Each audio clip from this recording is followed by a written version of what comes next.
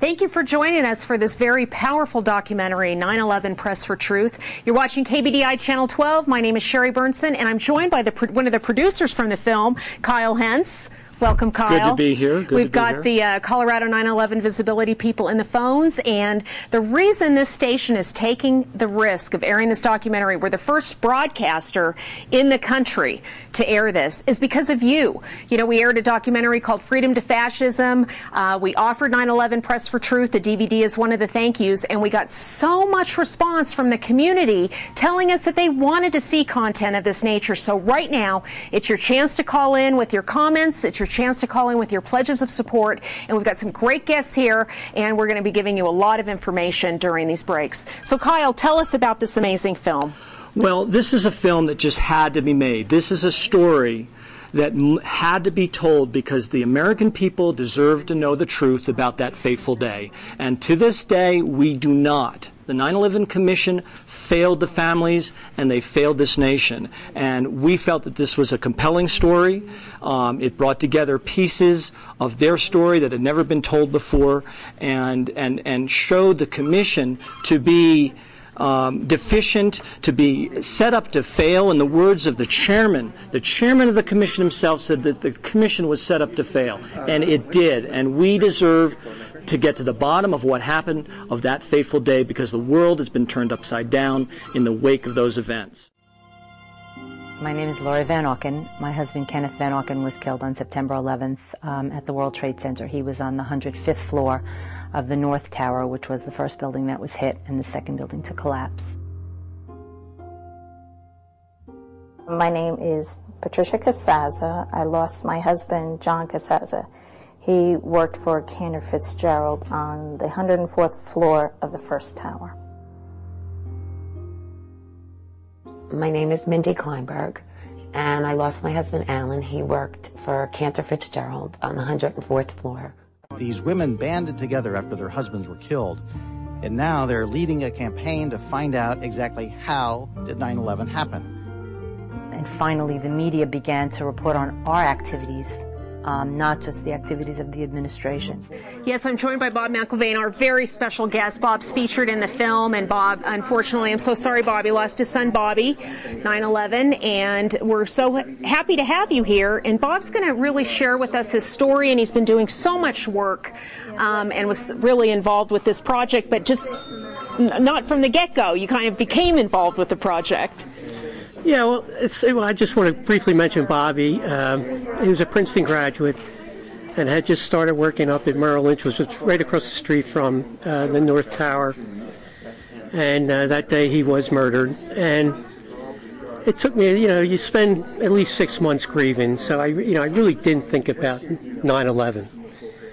And but then I started having questions, and I made every 9/11 Commission hearing, and after those hearings, especially when Condoleezza Rice testified, that's when my real anger comes out, and I feel it's very important because I have so much anger.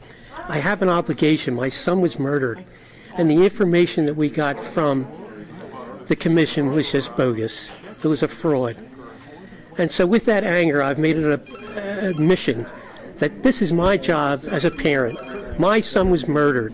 We've never, and I like everyone to put themselves in my position, that you have, or I have, an obligation to investigate my son's murder. And it's been a long, hard journey. A day like today is so emotional. I've been standing here crying because you're watching your son get murdered. That's the bottom line. And that's brutal. And that's why so many people don't want to deal with it, because it is such a brutal, brutal day. I want to be in the way of some of these families. I mean, they're... Kissinger was soon replaced by Tom Keene, a former New Jersey governor, and former Congressman Lee Hamilton, who had chaired the House Intelligence Committee. The remaining 8 commissioners were all former D.C. insiders and lawyers, evenly split between Republicans and Democrats. Remember, in the 90s, they spent $100 million investigating Clinton's sexual exploits. $100 million. And they first allocated only $3 million to investigate the murder of 3,000 people. at 1-800-690-5234 or log on to KBDI.org. We've got some great thank you gifts for you if you'd like to increase your pledge of support. At the $100 level for the year, you're going to receive both the director's cut with unseen footage in this broadcast, as well as what ended up on the cutting room floor and is a longer DVD in their own words at the $100 level. At $150 for the year, you'll receive both of the DVDs plus the new Pearl Harbor Revisited. It's a softcover book. We'll be telling you a little bit more about that. And at $200 for the year, it's the 2 DVDs and a DVD that really looks at the physical evidence of 9/11, Blueprint 9/11, and a Fabled Enemies DVD from the director of Loose Change. These are thank you gifts for you that were actually suggested to us by our members and our viewers. So get on the phone right now. So much great information, and in fact right now we're offering you these great thank you gifts so you can do your own investigation. You know, do your own study. Take responsibility for getting out and finding out about the information that really matters to you. So we've got Ray. He's here. The director is here with us, and he's over with Rebecca Stevens. Let's go there. Thanks so much, Kyle and Sherry. This is Ray Nowosielski, who is the director of 9/11 Press for Truth. Ray, how has this project affected you? Ray is only 28 years old, but this has to have changed your life. Yeah, well, it's played to over 10 million viewers overseas on foreign TV. So we've gotten sort of recognition all around the world. Strangely enough, here in the U.S., you guys are the first broadcast outlet to touch it, so we do want to thank you for And we're honored to have you show up here and be able to be with us tonight. Now, you flew in from Los Angeles, if I can say that. Tell me a little bit. You're also working on a new project. Tell me about your new project as well. Well, we're trying to find the funding. We've been developing this for over a year, and we've been pitching various outlets. It's called Footnote 44, and it kind of picks up where this one left off in a way. On the morning that the 9/11 Commission report was released, the 9/11 family members that you see in the movie were brought in for a special sort of sneak preview of the book before public consumption. And on that day, they knew that after they left that, they were going to be asked by reporters immediately, what do you think of the book? What do you think? So they were feverishly flipping through it. And Kristen Breitweiser, one of the Jersey Girls, tells the story where she just happened to have flipped open the first page she found.